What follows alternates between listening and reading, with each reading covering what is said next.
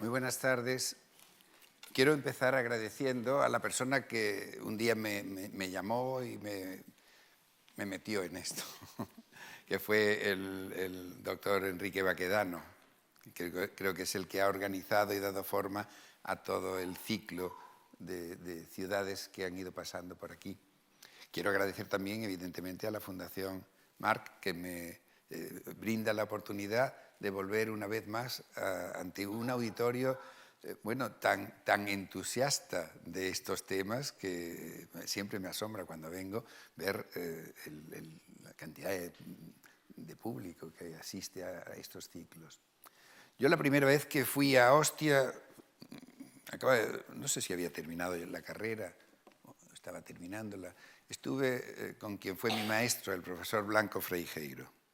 Estoy hablando de los años 60. Fuimos desde Roma en coche, pero a Ostia se puede ir de muchas maneras. Y todavía recuerdo las cosas que él me contaba, las cosas que yo aprendí de lo que era Ostia, lo que significaba Ostia. Algunas las voy a repetir aquí. Veremos de Ostia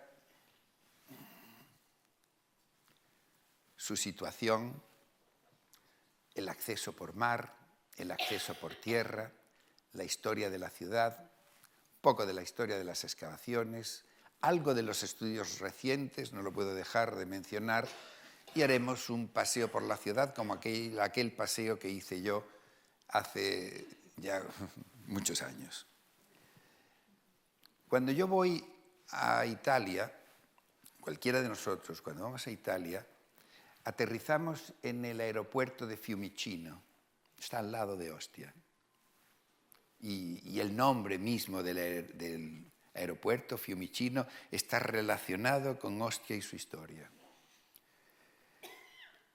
Me asomo siempre a la ventana para ver la llegada del avión, si el día está claro, para ver cosas que vamos a ver hoy, el puerto de Trajano, la desembocadura del Tíber, la Isola Sacra, porque es una vista excepcional donde se van reconociendo muchas cosas.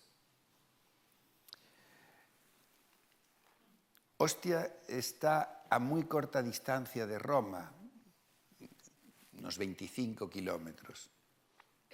Está en la desembocadura del río Tíber, el Tíber por el que entró Eneas, el Tíber guiado por unas palomas de Venus. La desembocadura del Tíber, entonces, estaba por aquí. O sea, todo esto es aluvión. La costa estaba más, unos 5 kilómetros como máximo, es lo que está separada ahora la costa.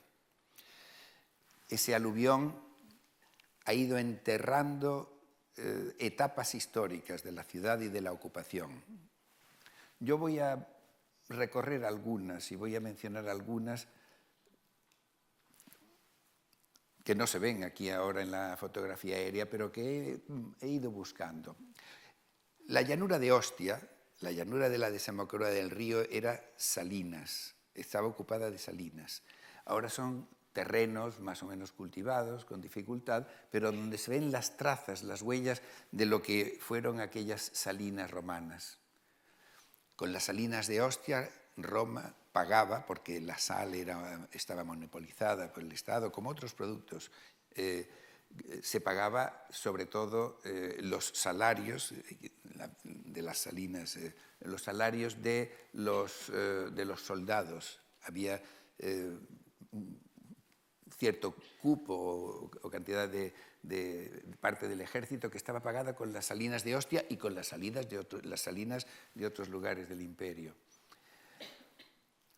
Esto está hoy hacia adentro, cuando vamos de Roma a Ostia, en coche, una larga llanura, esto no se ve. En mapas antiguos, esto en épocas abandonadas de la ciudad de aquí, la romana, no se ve y tal, esto es un mapa del principios del 17 y tal, pues se ve el río con un gran meandro. No, esto es del 16, porque todavía no se ha unido. Y este canal pequeño que vemos que forma una isla. El nombre de Isola Sacra. Este canal es artificial. Este se hace, y le llaman la fosa de Trajano, se hace en relación con un puerto que vemos aquí, un puerto interior. Ese río pequeño, Fiume Piccolo, Fiumicino, es lo que da nombre al lugar. El aeropuerto está en el lado de aquí. O sea, cuando los aviones vienen a entrar, nosotros vemos perfectamente esta dársena artificial de la cual hablaré luego. La entrada al río requería también un faro, pero como la costa ha ido avanzando,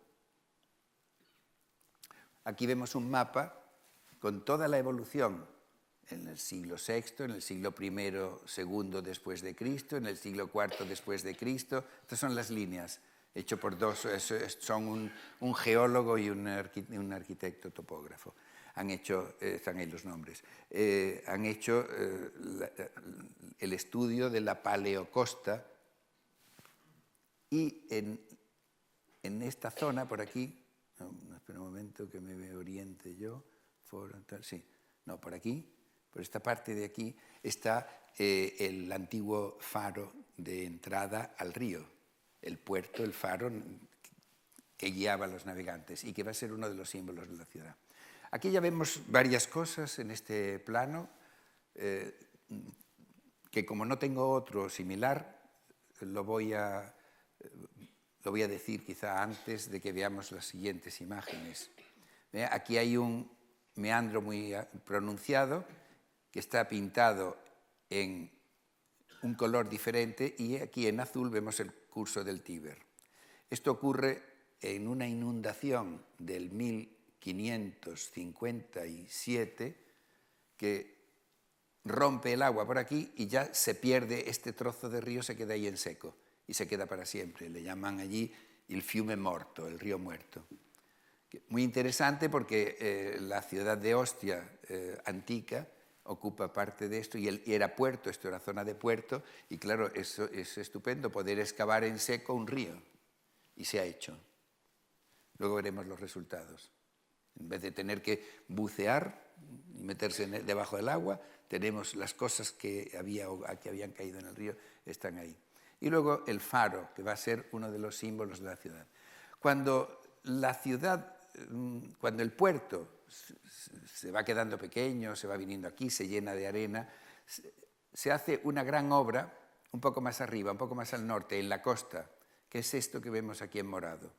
Esto lo construye, lo empieza a construir Claudio y lo termina Calígula.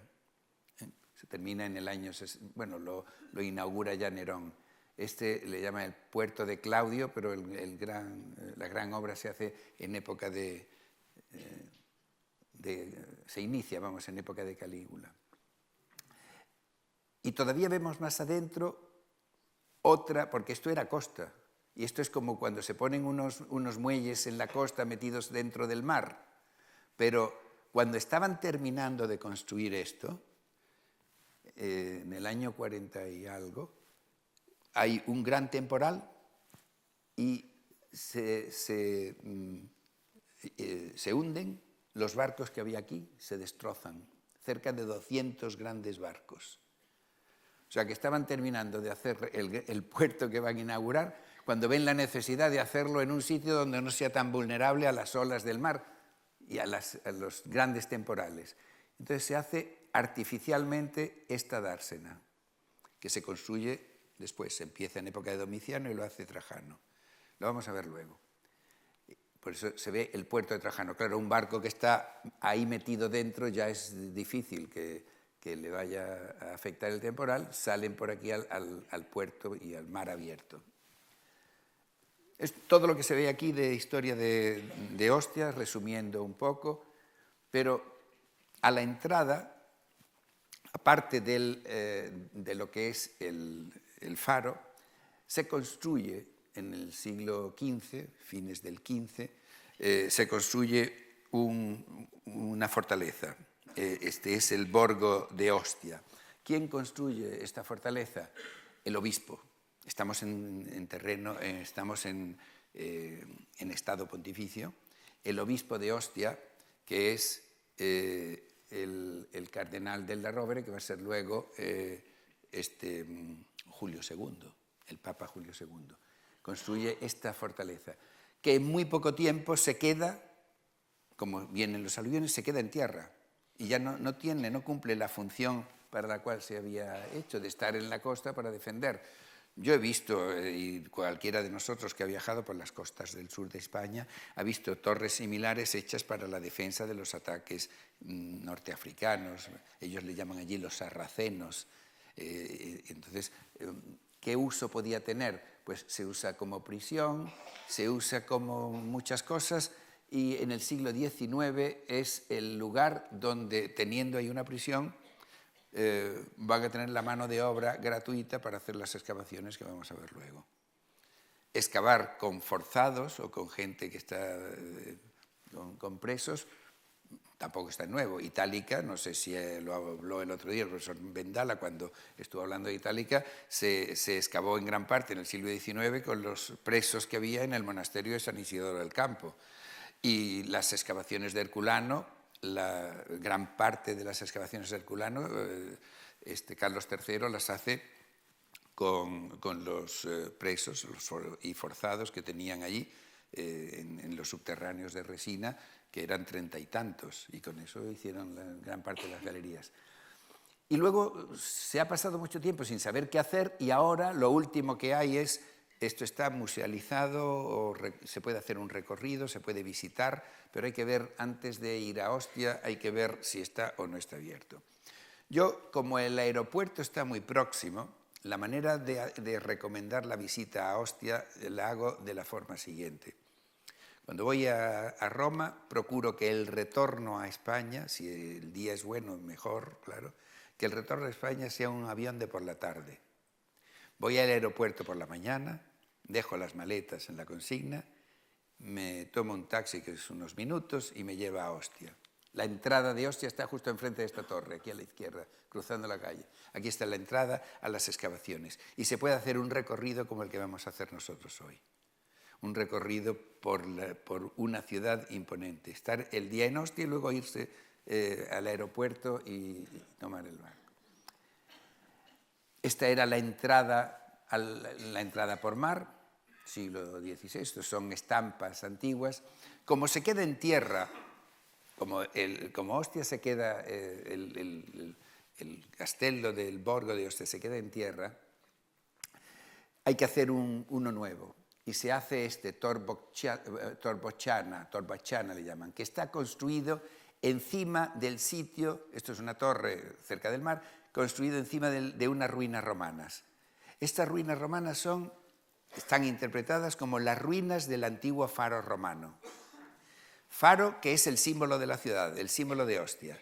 Y faro que se construye, en época de Claudio, se construye poniendo un fundamento de piedras en el agua, que no debía de tener mucha profundidad en el sitio donde lo hacen, y sobre eso construyen el faro que vamos a ver ahora.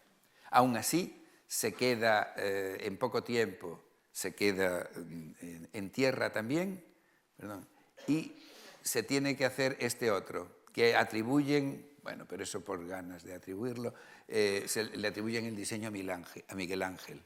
Pero bueno, como siempre, los que trabajan para el Papa pues son personas conocidas. No se sabe quién es, creo yo. Bien, para hacer ese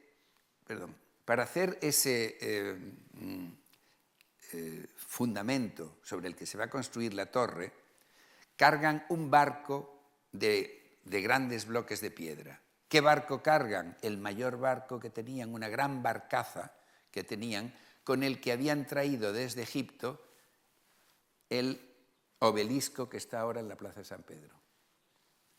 Este obelisco, traerse un obelisco de Egipto era y sigue, ha sido durante mucho tiempo un símbolo de poder. Augusto, cuando se conquista Egipto, se trae un obelisco de Heliópolis y lo pone en una plaza como para que su sombra vaya marcando las horas en un reloj solar que se pone en la plaza en el pavimento de mármol. El Orologium Augusti está ahora delante del Senado, ese obelisco. Y este estaba marcando la meta de un circo. Es el circo del Vaticano, Circo de Nerón, que era un circo privado que estaba en las propiedades de Agripina Mayor, la madre del emperador. Por cierto que aquí muy cerca, aquí detrás, a la izquierda, han salido al hacer unas obras, hace unos años, hacer unas obras de la calle y una pendiente que viene del Gianicolo y todo eso, han salido gran parte del palacio de Agripina Mayor y con gran disgusto de muchos, pues la obra se lo ha llevado por delante. Pero bueno, el obelisco este mide 25 metros y lo único que hacen es moverlo unos pocos metros, no muchos, pero haciendo una operación para que esté en el centro del eje de lo que iba a ser la construcción de la Basílica de San Pedro. Y tenemos este grabado de 1586, donde bueno, está la relación exacta del número de bueyes, el número de personas, la cantidad de gente que participó. Esto lo hace el arquitecto Fea, el arquitecto del Papa. El traslado del obelisco, que fue un acontecimiento en la época. ¿Y por qué hacen una iglesia? Porque en ese circo se dice que había sido martirizado San Pedro. Entonces es el motivo de hacer una iglesia dedicada a San Pedro en el sitio del circo del Vaticano, y el obelisco se dice que es uno de los pocos obeliscos que nunca ha estado caído, tumbado, y lo han tenido que poner en pie. Moverlo lo han movido un poco, pero es un obelisco que desde época romana estaba ahí cerca, enhiesto, de pie perfectamente.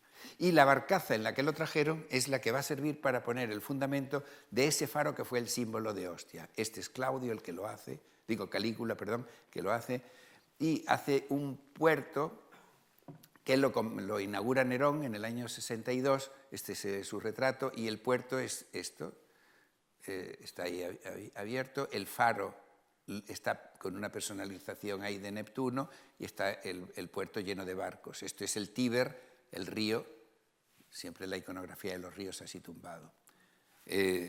Hay un áureo mucho más bonito, se ve todo el... Uy, me vuelvo loco yo aquí, que le quiero dar a...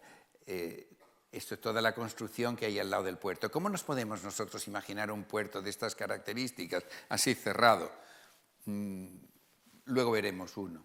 El faro, como es símbolo de Ostia, porque es el que va a guiar los navegantes a la entrada al río, lo vamos a ver representado en muchos sitios. Mosaicos, por ejemplo. Aquí vemos un mosaico, el fuego en la parte de arriba, tiene 4 pisos y es una gran mole. Esto es un tipo de faro que reproduce en gran medida lo que es el faro de Alejandría. Mosaicos de una plaza que luego veremos, donde la llama está arriba, los cuerpos del faro y las naves que están dirigiéndose, están siendo guiadas. Esto también se santifica, tiene un sentido religioso. El faro, con su luz, va a salvar navegantes y va a ser alguna divinidad. Por eso las divinidades marinas tienen el apelativo a veces de fósforos y demás, porque van a ser las que con su luz cumplirán la función que estamos viendo representada aquí en el mosaico este ostiense.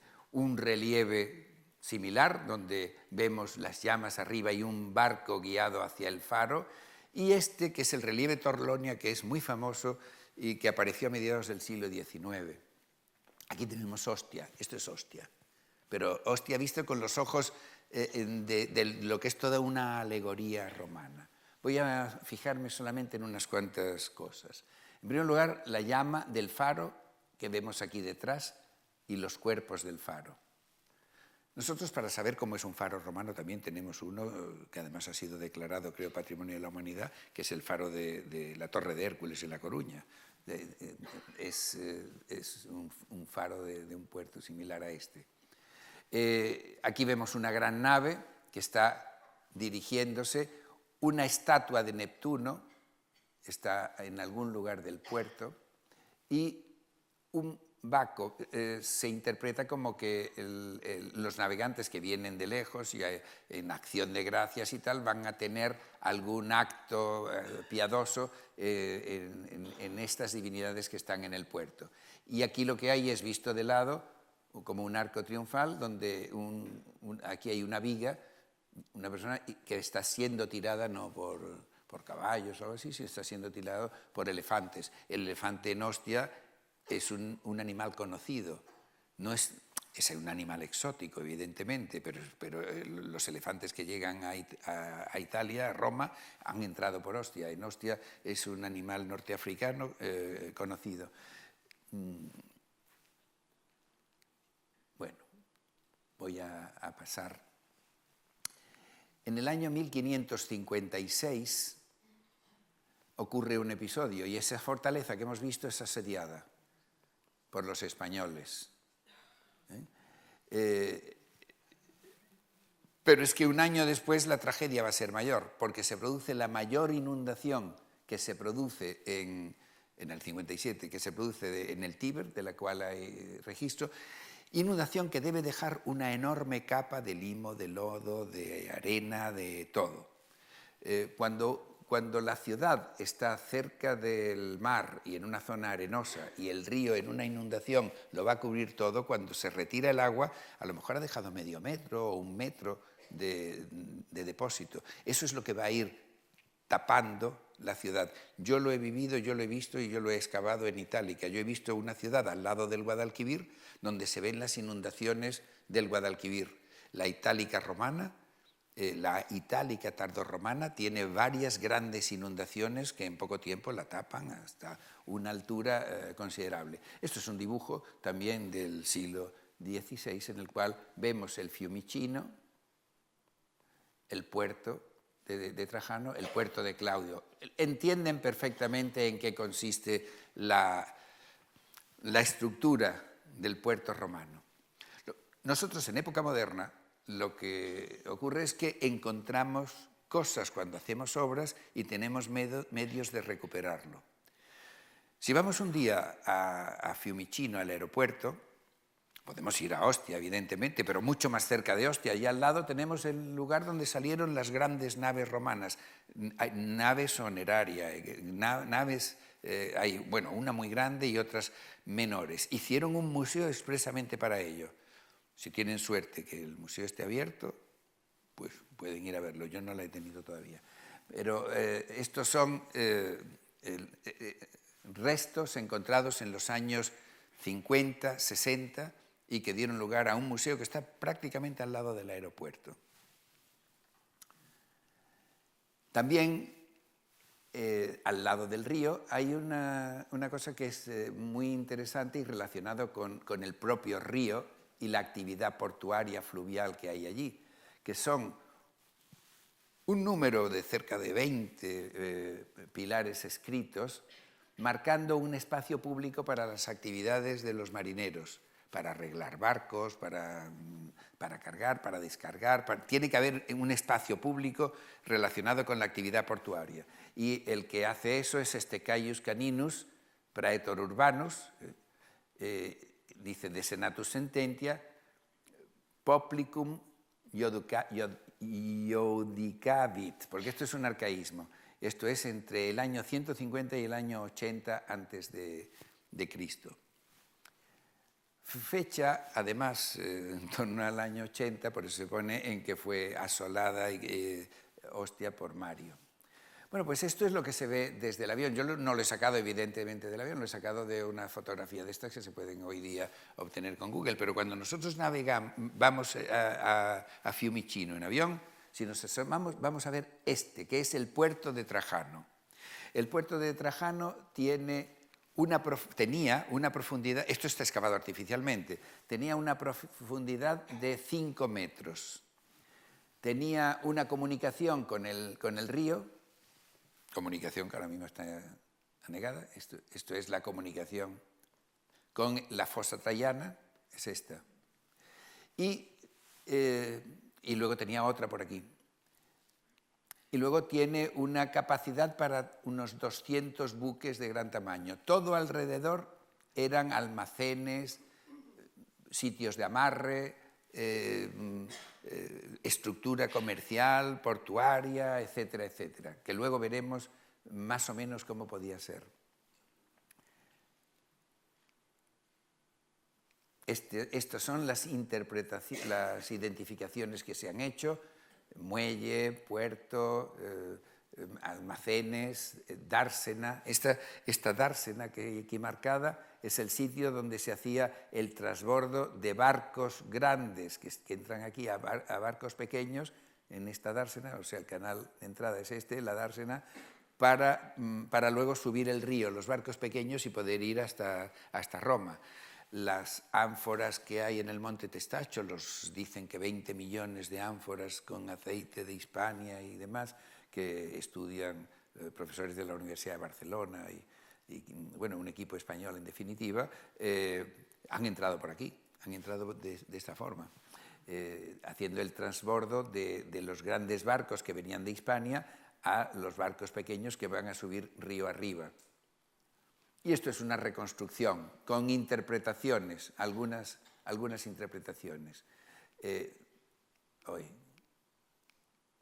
vemos el Fiumicino, la comunicación, y aquí un gran edificio que se ha interpretado, se ha dicho Palacio Imperial. Bueno, Palacio Imperial porque tenía mármoles más ricos, porque en época de Augusto se marmoliza Roma como se marmolizan otras ciudades, una ciudad a la que es fácil que llegue el mármol porque lo pueden traer por mar, viene mármol de muchos lugares del imperio, y bueno, anécdota, también puede salir el mármol fácilmente de Ostia por mar y llevárselo a otro sitio, y de mármol de Ostia está hecha la Torre de Pisa, pero bueno, eso son los avatares que luego va teniendo la ciudad y el desmantelamiento que se va haciendo de ella. En época de Trajano, ese puerto que se hace es conmemorado igualmente en una moneda. Se dice que el arquitecto, quien va a ser el que va a hacer un programa tan grande, de tanta envergadura, tan complejo como es toda la estructura portuaria y demás, pues el arquitecto de Trajano, Apolodoro de Damasco, él hace el puerto que se inaugura en el año 112 y esta es la imagen. Y aquí vemos en una pintura pompeyana cómo, sin necesidad de imaginación, nosotros podemos ver cómo era un puerto de estos cerrados. Hemos visto que en las monedas se ven arquitecturas, se ven columnatas, se ven tal, y los barcos ahí dentro. Pues esto es una pintura de un puerto, no tan grande, evidentemente, como el puerto de Ostia, pero un puerto cerrado como el que hemos visto. Y todo lleno de símbolos religiosos, de estatuas a las cuales, en todas las épocas, los navegantes se consagran antes de salir, cuando llegan agradecidos de haber llegado. Hay un refrán todavía que dicen los marineros, el que quiera navegar, que aprenda a rezar, ¿no? Entonces eso en época romana era igual, y la entrada a los puertos está lleno de pequeños santuarios, llenos de exvotos, dedicaciones, etc. En Herculano, donde hay excavado un trocito muy pequeño, hay lo primero que se ve es un templo también con unos altares. Ese río al lado del cual estaba Ostia, pasándole por el lado del río, ahora se sabe que estaba también al otro lado, luego lo vamos a ver. Ese río tiene un meandro que queda en seco, como vimos en la inundación de 1557, y se ha podido excavar y sacar en seco cosas de lo que había sido el río. ¿Y qué ha pasado? Cosas que han caído, a lo mejor estaban transportando mármoles de un barco a otro y se les ha caído al agua y ya lo han perdido. Y está lleno el río, cuando se han hecho excavaciones, de cosas como estas. Un arqueólogo italiano, profesor de la Universidad de Roma, el profesor Patrizio Pensabene, especializado en mármoles, tuvo la idea de hacer un museo de mármoles extraídos de esa forma, mármoles que estaban caídos en el río y que los han sacado en seco, y los han puesto ahí. Y hay mármoles de muchos lugares del imperio, de manera que cuando vamos a Ostia y vamos a pasear por Ostia, aparte de lo que vamos a ver de calles, de casas, de almacenes, etcétera, vamos a tener la oportunidad de ver algo que en mi primera visita esto no estaba, cuando yo fui allí en los años 60, pero ahora merece la pena echar un vistazo a la cantidad de mármoles que, bueno, por desgracia para ellos se les cayeron y eran mármoles que venían así de las canteras.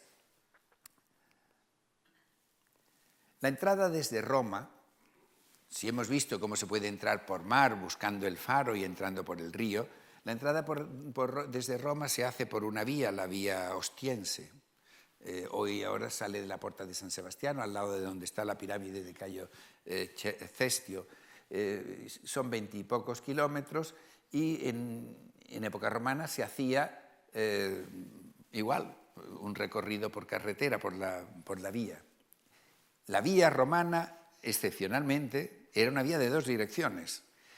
Y yo recuerdo que cuando iba allí con mi maestro, en aquella primera visita a la que hice alusión, me contaba que ese tramo de vía Roma-Ostia había sido la primera autopista que había hecho Mussolini.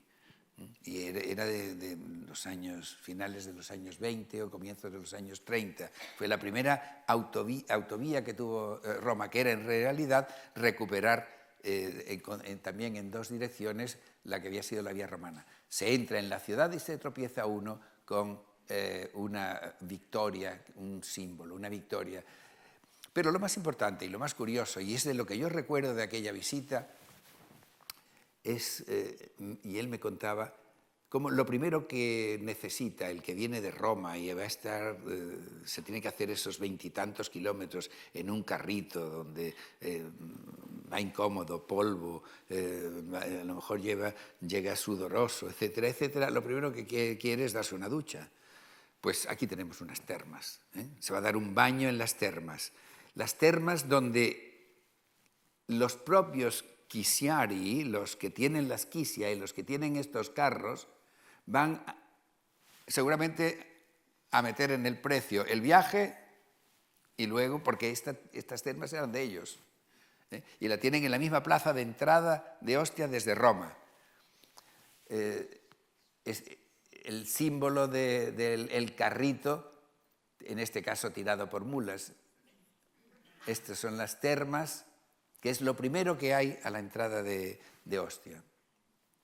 He hecho una fotografía de detalle de ese mosaico, pero he puesto al lado, cuando se hace en los años 20, finales de los 20, la vía, se inaugura también un recorrido, no de los Quisiari, pero con autobuses estos. Este es el primer autobús que hacía la línea de Ostia, que me lo he encontrado por ahí en internet y me ha recordado, digo, caramba, pues lo mismo que en época romana. La otra forma de ir a Ostia es en tren. Podemos ir en tren. ¿Y por qué he hecho esta fotografía? Porque he hecho esta fotografía hecha desde el tren, donde vemos este monte, que son trozos de ánforas. Este monte es todo el monte Testacho. Son los millones de ánforas que entraron desde Ostia en barco y que venían, la mayor parte de ellas venían de Hispania. Y al pasar por el tren, rápidamente, porque es una visión fugaz, se ve enseguida y se va. La vista, tenemos el monte Testacho ahí al lado. Pues ahí tenemos una de las metas de Ostia. Hoy día está al lado de la Puerta de San Sebastiano, que es aquí, y el monte es esto, el monte Testacho. ¿Qué es lo que había subiendo el río? Había muchos almacenes, la annona, el trigo, el aceite, el vino y todo lo que sobraba de las ánforas que iban llegando aquí a los depósitos de la annona se va ordenadamente tirando en este monte y colocando roto, que es el Testacho. Venimos de Roma y entramos en la ciudad por una vía, un decumano, y llegamos al teatro. Aquí en el teatro tuvo lugar un episodio en el cual está en el martirologio. se produjo la conversión de unos soldados que iban a apresar a unos cristianos y tal. Pero hay muchos episodios ocurridos en Ostia, y uno de ellos, que luego da lugar a que haya interés en los estados pontificios, luego el Papa, en iniciar excavaciones aquí, buscar los lugares que se convierten en lugares de culto, basílica, iglesias, etc., es que aquí en Ostia muere, estando preparándose para ir a África, iba a ir a Hipona, la madre de San Agustín. Le dan unas fiebres, se pone mala y tal, y al final muere, y da lugar a que se construya aquí en Ostia una capilla. Y el teatro, pues el teatro es uno de los lugares de referencia de la ciudad. Está construido en época de Augusto. Lo excava Mussolini. Todo esto, lo excavan Guido Calza y toda esta gente. Hay mucha bibliografía de las excavaciones. Cuando a mí me pidieron que preparase un poco de bibliografía sobre Ostia, es tanta la que hay, la bibliografía, que lo que he seleccionado es los volúmenes oficiales de las excavaciones de esos años posteriores a Mussolini, que se empiezan a publicar en los años 50, 60, y que constituyen, son 14 volúmenes grandes. Ese es el punto de partida de la bibliografía importante que tenemos de Ostia. Luego se han hecho tantísimas cosas que, como no sabía qué escoger, digo, bueno, pues por lo menos puse en la lista los volúmenes esos. Esta es la excavación del teatro, sale así, pero tal y como lo vemos hoy, es así. A mí me decía un ingeniero, profesor de la escuela de Sevilla, de la escuela de arquitectura, decía, hablando de Itálica, decía, no plantes árboles en las ruinas porque los árboles van a crecer. Los árboles estos, dice, los árboles están vivos y la ciudad es inerte, los muros, y al final los árboles van a acabar. Tengo fotografías de lo que ha ocurrido en muchos lugares con los árboles que se plantaron para darle un cierto airecillo así a los lugares arqueológicos. Pero aquí sí, es muy bonito, pero no tiene nada que ver con lo que era. Esto es la parte posterior del teatro. Imaginen que en el Teatro de Mérida, en el pórtico que hay detrás, hubiera unos pinos. Lo que había era un templo, este templo. Esto está construido también en el momento de máximo esplendor de la ciudad. Ya el teatro es del siglo I, es de época de Augusto, pero luego todo esto se desarrolla a fines del siglo y durante también el siglo II y III. ¿Qué es lo que hay en el teatro de Ostia? Pues un uso que no es teatral de este espacio. Lo dice Vitruvio, que en la parte de atrás del teatro, en lo que es el pórtico, la utilización que puede tener es si un día llueve en el teatro, que la gente se meta en las galerías de alrededor y bueno, que sirva, pero que en general es un espacio que la ciudad puede usar para muchas cosas, como almacén, como muchas cosas. Aquí meten un templo dentro y toda la galería la compartimentan, espacios como estos que vemos aquí, uno, otro, todo esto era la galería, y hacen como pequeñas tabernas, ¿no? Todo eso.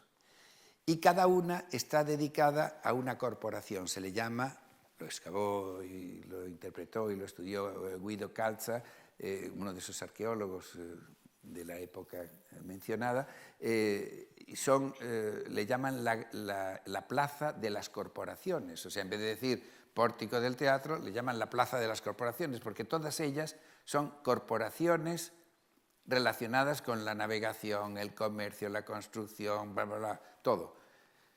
¿Por qué lo sabemos? Porque nos lo dicen los mosaicos. Mira, esto es de los navicularios de la madera, naviculariorum lignariorum, y tienen su mosaico, el faro, los barquitos yendo para allá. Esta tiene nombre y apellido. Esta es Naviculariorum Cartaginensium de Suo. Esto es de los navieros de Cartago. Cada espacio es de uno. ¿Para qué tienen necesidad? Es como tener un consulado. Todos los que tienen barcos que están yendo, que están viniendo, que tienen que hacer tratos de fletes, contratos de tripulaciones, necesitan una oficina. Y la oficina la tienen en la parte de atrás del teatro. Este es el mismo, el anterior. Mira, Sabratensium, de Sabrata, norte de África, y ponen un elefante como símbolo. ¿Hay alguna de los de Hispania que tanto vinieron y tanto trajeron? Hay una de la cual no he traído fotografía que no lo pone, pero hay una cabeza femenina y algunos pues quieren creer que esa pueda ser Hispania porque parece que en la cabeza tiene unas hojitas que pudieran ser hojas de olivo. Bueno, no voy a entrar en ello, es una interpretación, pero hay ahí cerca de 50 y tantas corporaciones comerciales. Aquí tiene en Ostia lugar un plan urbanístico. En época de Augusto se marmoliza, se construyen templos, se hacen cosas, pero hay un plan urbanístico muy importante que empieza en época de Domiciano, que luego lo continúa Trajano, que sigue en época de Adriano, y que es la construcción de grandes edificios de ladrillo. Lo que nosotros llamaríamos hoy bloques de pisos. Y estos edificios, con las inundaciones enormes, como se han ido tapando, cuando se han excavado han salido en un estado extraordinario. Esta es la que llaman Casa de la Diana, la calle de la Diana. Es una fotografía antigua, pero bueno, esto la he hecho yo después, y es lo mismo. El nivel de la altura del primer piso tiene más pisos. Tienen 2 y 3 pisos estas casas. Esto nos sirve para ver una ciudad donde el concepto y la manera de habitar es diferente que en Pompeya. En Pompeya, en espacios planos, se hacen casas que tienen una entrada, que tiene un patio, que tiene un peristilo, que tiene habitaciones alrededor, pero que son de una planta y a lo sumo tienen un poquito más arriba. Mientras que estos son bloques de pisos con escaleras interiores que suben, y eso permite meter mucha gente en la ciudad. Se calcula que Ostia, en un espacio que son unas 50 hectáreas, lo que tiene, llegó a albergar una población superior a los 50.000 habitantes. Y es mucho, es mucho. El hecho de que el ladrillo sea el material de construcción de la ciudad, pues sirve para el fisco. Y se dan cuenta, lo mismo que la sal. Si se monopoliza la sal y se cobra un impuesto y todo eso, voy a tener para pagar salarios.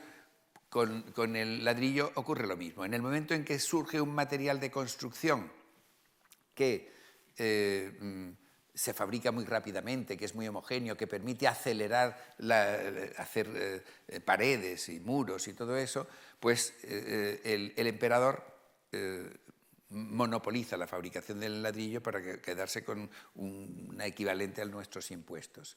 Y es toda esta Ostia fabricada en ladrillo se puede datar porque los ladrillos llevan marcas del año de fabricación, del cónsul que había en el momento en que se hicieron, etcétera, etcétera. De manera que es una ciudad muy bien estudiada, muy bien fechada, gracias a que el material lleva la huella digital de la fecha. Tiene también una peculiaridad. A diferencia de Pompeya no hay tantas tabernas como las que vemos en Pompeya, que está toda llena, pero tabernas muy cosmopolitas. Por ejemplo, esto es una taberna en la calle de la Diana, donde vemos un mostrador, donde vemos tal, y esto que necesitarían seguramente los que llegasen a Ostia de Egipto y no hablen latín y vengan con su lengua, o los que vengan de cualquier otro lugar, porque tienen en la taberna las cosas que se pueden comer, igual que hoy la hacemos nosotros a los turistas. Esta es la entrada a esa taberna, vista además desde la escalera de entrada de una casa que hay. Vemos que es imponente la arquitectura civil de la ciudad. Y tiene este tipo de decoración y de pinturas como estamos viendo. Naturalmente, como es frecuente en las ciudades, hay lugares públicos donde servicios de este tipo, estos son letrinas. Aquí los habitantes de la ciudad pues pueden entrar, es como urinarios, como ese tipo de cosas. Están muy bien conservados y están en la zona también donde vamos a entrar. Tiene un suelo de mármol con este escalón, todo esto aquí se puede echar agua que luego se irá por los sumideros estos y puede estar perfectamente limpio. Tiene que haber alguien que lo... Pero lo más importante de Ostia son los almacenes. Los almacenes. Este plano de la ciudad muestra alguna situación de almacenes. ¿Almacenes de qué? Almacenes de trigo, almacenes de vino, almacenes de aceite. Los de trigo son los más importantes porque son los almacenes de la nona y tener trigo es lo que va a garantizar que en Roma no se pase hambre. Y como hay que tener seguridad de que no va a haber accidentes, el mayor cuerpo de bomberos que tienen, yo diría que casi que Roma, está aquí en Ostia. Los vigili, le llaman, los vigili del fuoco, bueno, es la palabra italiana, y tienen una corporación y hay unas termas de ellos y hay un cuerpo de bomberos espectacular, organizado en Ostia. ¿Por qué? Porque si arden los almacenes, Roma se queda sin suministro de trigo. Y se encuentra uno almacenes de todo. Toda Ostia está llena. El paseo por la ciudad nos va a permitir ver que estamos en una ciudad diferente a Pompeya, diferente a las ciudades de recreo de Puzzoli, de Baia, etcétera, más al sur. El puerto de Puzzoli es el puerto al que Ostia le quita el protagonismo. Con esto pasa un poco también lo que con Cádiz y Sevilla, con el puerto de América fue Sevilla hasta que Cádiz en el 18 le roba el protagonismo por una serie de razones. Pues aquí pasa igual. El puerto de Roma era Puzzoli, queda un poco lejos y en época del cambio de era se pasa a Ostia. Y siempre hubo un poco esa cosa de el puerto antiguo está al sur y allí todavía quedaban muchas mansiones y recuerdos y demás. Estos son... Dolia, que están enfrente del museo. El Museo de Ostia es una casita. También, si hacen ese recorrido, ese paseo que yo les digo desde el aeropuerto y se van a Ostia, van a ver que hay un museo con unas esculturas, algunas cositas. Pero es una casa antigua salinera. Es una casa del siglo XVI o así, una casa salinera convertida en museo. Es decir, cuando se va a ver Ostia y se va a ver el museo, casi ahí es más interesante, por lo menos para algunos, observar la casa en la que está, aunque está muy reformada, pero se reconoce lo que era. Y almacenes, estos son unos almacenes de Ostia, estos son señores con grandes fortunas que están haciendo grandes negocios con el transporte de mercancías por el Mediterráneo. En este caso, y esto es muy frecuente, en Ostia hay muchos nombres griegos o nombres exóticos, en este caso son griegos, son los Orrea, Epagatiana y Epafroditiana, y son dos socios, Epagatus y Epafroditus, y lo ponen arriba, tienen los almacenes de fulano y de mengano. Hay muchos almacenes de este tipo, en algunos casos sabemos los nombres, conocemos detalles de ellos. Aquí vemos, mira, aquí había un segundo piso con un balcón. Queda esto, pero lo suficiente para poder reconstruir como era. Llevan escaleras interiores, a veces, que acceden a los planos. Esto es la arquitectura civil. Y el foro. Bueno, toda ciudad romana repite el mismo esquema. Lo mismo que una casa tiene un atrio, la ciudad tiene pues, el equivalente grande, una plaza que puede estar porticada, donde hay, en vez de haber cubícula, lo que hay son espacios sagrados, hay un lugar donde se reúne la curia, que está aquí a mano derecha, y hay aquí un templo, lo vamos a ver ahora. Bueno, el templo de la Tríada Capitolina, el templo principal, que está hecho ya en el siglo II y que tiene un enorme podio con un subterráneo para lo que son los depósitos, almacenes. Es como hacer una casa con hacer una casa con sótanos y demás, y el gran bloque de ladrillo que estaba forrado de mármol. De las columnas solamente queda un poquito, columnas de mármol, pero un templo tenía su frontón, tenía sus columnas delanteras, etcétera, etcétera. Y si desde donde está esa persona miramos hacia... Bueno, no, esto es la manera como está construido. Y lo que decía antes de los ladrillos, estos son los ladrillos las marcas de ladrillos que nos permiten fechar con precisión todo lo que está pasando en la ciudad, cómo va evolucionando, cómo son los edificios y demás. Este es el decumano máximo. El decumano máximo se divide cuando uno entra en Ostia y entra por esas termas de los Chisiari que decía antes. En un determinado punto, que es justo a la llegada del foro, se abre en dos. Hace como una especie de Y. La parte conocida de Ostia hasta ahora, el recorrido normal, lo que se visita, porque hay una parte que se acaba de descubrir que no se visita todavía. Luego voy a hablar de ella. Entonces, en esa vía que se bifurca hay una serie de edificios importantes. Pasamos por el teatro, pasamos por el teatro y vemos aquí una cosa curiosa. Aquí vemos una calle, pero el nivel de la calle posterior es este. O sea, que aquí ha habido un acolmatamiento y una inundación que hay, como la ciudad del siglo I y la del siglo III, pues están muy separadas una de otra. La parte posterior de ese edificio. Decía que mirando desde ahí se ve este templito circular. Estos templos circulares se hacen generalmente cuando va a haber una llama encendida permanentemente.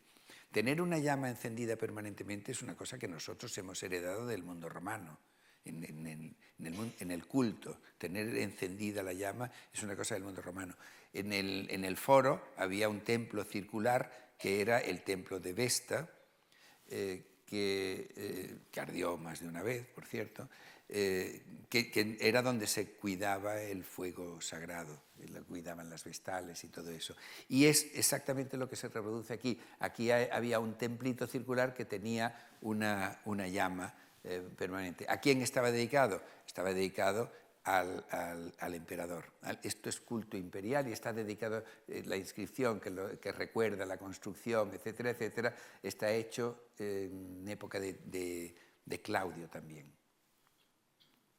Vemos desde la vía esa que va ahora hacia el mar, vemos cómo era el templo y aquí vemos el foro desde la parte de arriba, pero donde vemos también dos niveles. Esto está excavado, un nivel de pavimento de la plaza que está por debajo del nivel del otro nivel. O sea, lo que hay también en Ostia es que ha habido grandes inundaciones que han cubierto a lo mejor de medio metro y ha habido que volver a construir encima. Siguiendo por la calle, nos encontramos con un edificio grande e imponente que está identificado como la Scuola Traiani, que es en realidad como si fuese un club. Es una corporación, es un club, un lugar de reunión de gente relacionada con la construcción naval. Está hecho en época de Trajano y tenía una fuente de estas alargadas que tenía sus nenúfares, sus cosas. Este tipo de arquitectura luego la ha heredado la arquitectura islámica y lo hemos visto nosotros en la Alhambra y sitios así, pero que hay cosas que nos vienen de una arquitectura muy anterior. Y la estatua del emperador a la entrada, este es el vestíbulo, está ahí dedicado. Salimos y nos encontramos fuentes. Esto es otra cosa que vamos a tropezarnos en el paseo por Ostia. Fuentes por la calle. Esta es una fuente con un ninfeo. El agua estaba manando continuamente y la que sobraba caía aquí y ya se iba a la calle. Y enfrente de esta fuente, uno de los edificios que llamó la atención en las excavaciones pontificias, que las inicia, eso no lo dije antes, las inicia el Papa Pío VII a principios del XIX, que es la basílica. Aquí entra, por Ostia, entra el cristianismo, aquí hay una basílica, aquí tenemos el origen de lo que luego va a ser ese cardenal de la Rovere que llega a ser Julio II, la basílica de Ostia, que está hecha ya con material reaprovechado y a un nivel que está arqueológicamente está un poco alto en relación con lo que veíamos antes. Poco más adelante, una taberna, la taberna de Alexander, porque aparece un nombre ahí en el mosaico, donde aquí probablemente se hacían algún tipo de espectáculo, de cosa. Vemos un hombre que está domando a otro que está... No, bueno, está luchando, Alexander, y pone Félix, ¿no? Félix. Estos están bailando con palillos. Esto, hay uno en itálica muy parecido. Muy cerca de allí una fuente, de estas fuentes cubiertas, pero bueno, en realidad lo que hay es, en Ostia, lo que hay es una variedad de edificios públicos, de comerciales, de almacenamiento, etcétera, que no tienen otras ciudades conocidas por nosotros, con lo cual Pompeya y Ostia nos han dado la imagen de lo que son dos modelos de ciudad romana. Pero no se sabía lo que había al otro lado del río hasta que los arqueólogos de la Superintendencia, Pellegrino, Gemoni y el profesor de la Universidad de South Kensington, no, perdón, de Southampton, Simon Kay, han hecho excavaciones al otro lado, han hecho prospecciones geofísicas y resulta que la ciudad no está del lado de acá, sino que todo esto también es ciudad de Ostia. Han aumentado enormemente el espacio de la ciudad y la manera como está utilizado el río. Estos estudios, con calles que se ven, los han podido ver con las prospecciones geofísicas, pero es que además, sorprendentemente, están a muy poca profundidad. Aquí vemos la escasa profundidad que tiene, la escasa acumulación de tierra, que limpiando prácticamente le salen ya calles pavimentadas, evidentemente de época tardorromana, debajo habrá otras. Esto es lo último que se está haciendo en Ostia. Es un proyecto de gran envergadura porque creo que lo están haciendo también en parte con fondos de la Unión Europea y demás. Están estudiando los puertos del Mediterráneo y en Ostia, el gran puerto de Roma, están encontrando cosas realmente sorprendentes que no se imaginaban. Estos son los resultados. Pero también nosotros tenemos un poco de trabajo hecho en Ostia. Los arqueólogos españoles, hace unos años, un equipo dirigido por el profesor Ricardo Mar reexcavó y estudió, él es arquitecto, pero es profesor de arqueología, el edificio de culto a Serapis. No son los cristianos, edificio de culto a... los cultos orientales también entran, Isis, Serapis, demás. Entonces él partió de unas excavaciones que se habían hecho también en la época esta que mencioné antes, en la época de Mussolini, que lo habían dejado todo abandonado, que estaba en un estado bastante calamitoso, es de donde habían salido, esta es la imagen de Serapis de allí, y él ha hecho la reconstrucción de cómo era el edificio, lo ha estudiado, ha publicado una monografía, es decir, hay un grupo de investigadores españoles que ha trabajado en Ostia en los últimos años. Y por último, cuando Ostia queda anegada y se tiene que hacer el puerto de Claudio más al norte y el de Trajano, pues surge al lado una población que queda un poquito más lejos, queda a unos 4 kilómetros así, de lo que lo más interesante es la necrópolis, que se puede visitar. Yo debo decir que en el puerto de Trajano, lo he visto desde el avión, a pie no he ido nunca, pero porque esto lo compraron la familia Torlonia y no daban permiso para verlo. Ahora creo que hay forma de verlo y estoy deseando tener ocasión de hacer uno de esos paseos como el que he descrito, pero irme a ver el puerto de Trajano, a ver qué es lo que... Y allí es donde está la necrópolis esta, que es muy interesante porque están además todas las creencias, las fórmulas, personajes de muchas clases sociales, etc. Y voy a terminar haciendo una mención de algo que es lo más espectacular para mí que ha salido en Ostia. a base de fragmentos de mármol que van apareciendo por aquí y por allá, que estuvieron colocados en el templo de Neptuno, de Vulcano, cerca del foro, los fastios tiense. Los fastios tiense son desde el año 50 a.C. hasta el año 180 más o menos, 170, todo lo que ha ido ocurriendo en la ciudad, pero además relacionado con los cónsules de Roma, los cónsules sufectos. O sea que tenemos los nombres de los magistrados, no está completo porque son fragmentos que van apareciendo, pero de vez en cuando aparece otro fragmento más. Llevan ya 200 y pico, desde los años 30 en que aparecieron los primeros hasta ahora. Los fastios tienses son objeto de estudio porque se está recuperando.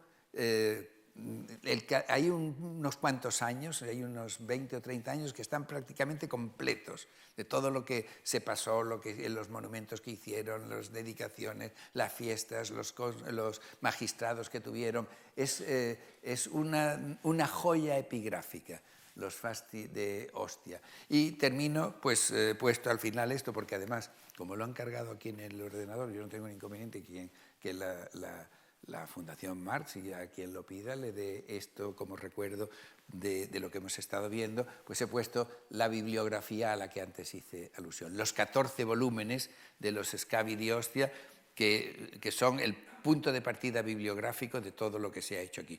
Es un poco como, no es lo más actualizado, pero es como decir de Pompeya o de Herculano tener los 9 volúmenes que editó Carlos III de las excavaciones que hizo en el siglo XVIII. Y bueno, creo que me he sometido al tiempo que me habían sugerido y muchas gracias.